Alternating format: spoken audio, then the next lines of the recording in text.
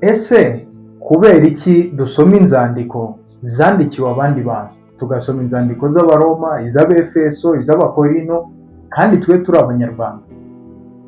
Kuki dusoma inzandiko cyangwa se ibitabo aho Imana yagiranye amasezerano n'Abisiraheli kandi twebwe turi Abanyarwanda? Ese ibyo biratureba? Ese dufite uburenganzira bwo kuzisoma cyangwa twaba tutandukira? Ibyo nibyo tugiye kurebera hamwe muri iyi video. Nk'uko mumaze kuyimenyera, tugenda twiga akantu ku kandi ku bijyanye n'imyemerere ikwiye. Nawe niba hari ikibazo ufite, andika muri comment tuzakigarukeho muri video zikurikira. Muri iyi video tugiye kurebera hamwe impamvu umukristo cyangwa se abakristo bafite uburenganzira bwo gusoma inzandiko zandikiwe abandi bantu.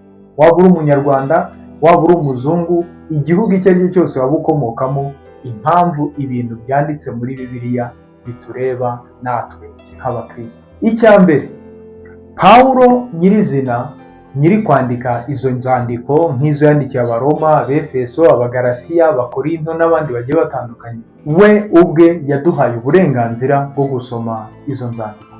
Uti gute? Reka turebere hamwe mu gitabo cya kabiri Pawulo yandikiye Timoteyo, ibice 3, umurongo wa 16 kugera ku wa 17. Tuhasanga amagambo agira: ibyanditswe byera byose byahumetswe n'Imana kandi bigira umumaro wo kwigisha umuntu no kumwemeza ibyaha bye no kumutunganya no kumuhanira gukiranuka. Uretse gato, ahangaha aba ariho witondera cyane, kugira ngo umuntu w'Imana aba ashyitse afite ibimukwiriye byose ngo akore imirimo myiza yose. Aho ngaho biragaragara neza ko Pawulo hano yasobanuye ngo umuntu w'Imana. Nawe hano ahita wibaza, ese umuntu w'Imana ni nde? Ese ni Umugalatiya gusa? Ese ni Umuroma gusa? Ese ni Umwefeso gusa? Ese ni umuzungu? Ese ni umwirabura? Aho ngaho rero tubona ko umuntu wese wizeye ko Yesu Kristo ari umwami n'umukiza w'ubugingo bwe yemerewe gusoma inzandiko izo arizo zose. Gusa nanone hari ibyo akwiye kwitondera, nabyo tuzagarukaho mu yindi video. Ikintu cya kabiri gituma ibyanditse muri Bibiliya bitureba ni ugusobanukirwa inkomoko y'ibintu byose. Iyo turebye muri siyanse izwiho gutanga ibisubizo by'ibintu hafi ya byose, tugenda tubona ko hari aho igera nayo ikabura ibisubizo. Nk'iyo siyanse ivuze ngo umuntu yaturutse ku nguge cyangwa ngo umuntu yaturutse ku ki, iyo bagiye bakomeza gusubira inyuma, hari aho nabo bagera bakibaza ati ariko se hanyuma inguge yaturutse, hanyuma si iki cyo cyavuye, iki cyo cyavuyeho, bikarangira nabo bagezeho bavuga ngo byavuye ku kantu ka atome ngo karaturitse ngo havamo ubuzima. Nabo bagahita bagira ikibazo bavuga ati iyo ibintu bituritse tubona ko havamo ash, ivu, hakavamo na destruction, ni ukuvuga akavuyo. Nawe ni gute bavuga ngo ibintu byaraturitse havamo umuntu umeze nkanjye, umeze nkawe, amaraso atembera, ubwonko butekereza, ikintu cyose kiri mu mwanya wacyo? Bakavuga ati ahangaha harimo ikibazo, hari ikintu tutari twamenya muri siyansi, hari ibisubizo tudashobora gusakira muri siyansi. Nyamara kandi twagera muri Bibiliya tugasanga ko ariho hari ibisubizo by'ibintu byose. Imana ikatwereka ko ariyo yaremye ibintu byose. Iyo ugeze muri siyansi nubwo bavuga ngo byahereye ku katome, nabo katome gafite aho katurutse. Rero tubona ko Bibiliya niyo yonyine tubonamo igisubizo cy'ibintu byose. Ushobora kwibaza ati umuntu yavuye, ushobora kwibaza ngo isanzura ryavuye, ushobora kwibaza ngo ibintu byose byavuye.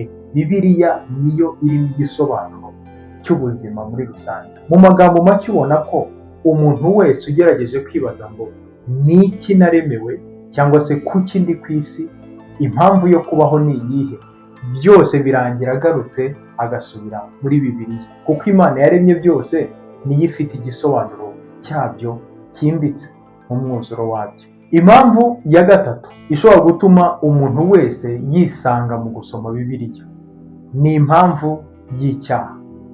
Niba tubona ko ikibazo Bibiliya igenda igarukaho kuva mu itangiriro kugeza igihe Yesu Kristo yaziye, hose hagenda hagaragara uburyo icyaha cyinjiye mu isi biciye muri Adamu. Abantu bose bakagwa, bose bagatangira kugomera Imana cyangwa se nabo ubwabo bakigomera, bakagenda bagira umutima ubacira urubanza mu buryo bumwe cyangwa ubundi. Wenda nk'Abanyarwanda iyo tuza gusanga twebwe nta byaha dukora, cyangwa se tukabona turatunganye nta kibazo dufite, twajyaga kuvuga ati Bibiliya nta kintu idufashije. Ariko nidusanga ikibazo abantu bari muri Bibiliya bafite natwe aricyo kibazo dufite, harya ubwo ntiduhita tubona ko turi mu gatebo kamwe? Pawulo niwe wanditse ngo bose bakoze ibyaha ntibashyikira ubwiza bw'Imana. Harya ubwo muri abo bose Abanyarwanda ntiturimo? Abashinwa se ntibarimo? Abazungu ntibarimo? Uhita ubona ko twese twemerewe gusoma Bibiliya kuko duhuje icyo kibazo cy'icyaha cyari kituremereye. Ibyo bikajyana n'ikintu cya kane, igisubizo cy'icyaha cyangwa se agakiza kaje kuboneka nyuma y'icyaha cyari kimaze koreka inyoko muntu yose. Kuri iyo ngingo reka dufate umurongo umwe, uyu twavuga ko ari nk'ishyiga ry'inyuma muri Bibiliya. Ndabizi ko ari umurongo benshi bazi, ni Yohana 3:16.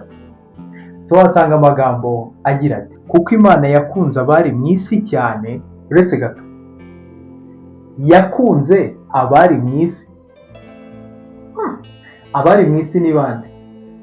Ese abari mu isi ni Abisiraheli gusa? Abari mu isi ni Abaroma gusa? Abari mu isi ni Abefeso gusa? Abari mu isi ni Abagalatiya gusa?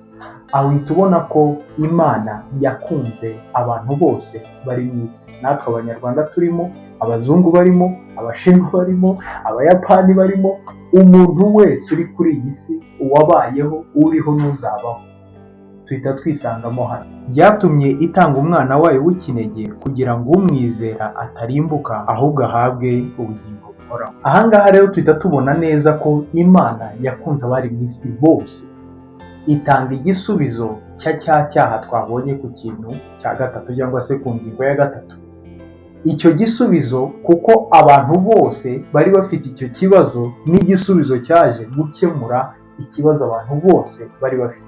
Bivuze ngo muri abo bose rero bafite ikibazo turimo, muri abo bose bakeneye igisubizo turimo.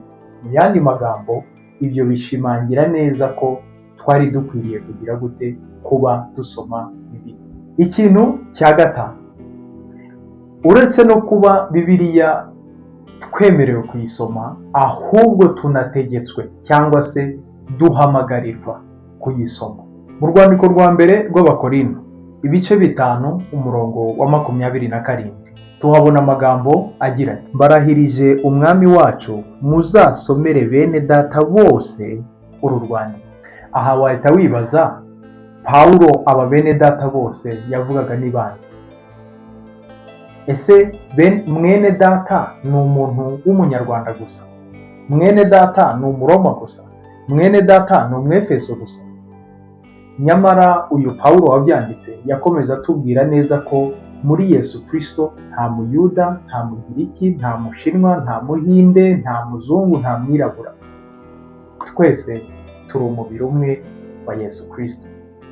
Mu yandi magambo, Bibiliya twese iratureba, yaba inzandiko zandikiwe abandi, yaba inzandiko zabwiraga abantu runaka, twese biratureba. Nk'uko tubona Pawulo yatangiye abibwira Timoteyo mu rwandiko rwe rwa kabiri, nk'uko twabibonye, avuga ngo ibyanditswe byera byose byahumetswe n'Imana, bigira umumaro wo kumwigisha, kumuhana, gukiranuka. Ni ukuvuga ngo umuntu w'Imana ni njye nawe. Twese duhamagarirwa gusoma Bibiliya, ntawuhejwe, ariko nanone hari ibintu usabwa kwitondera mu gihe uri kuyisoma.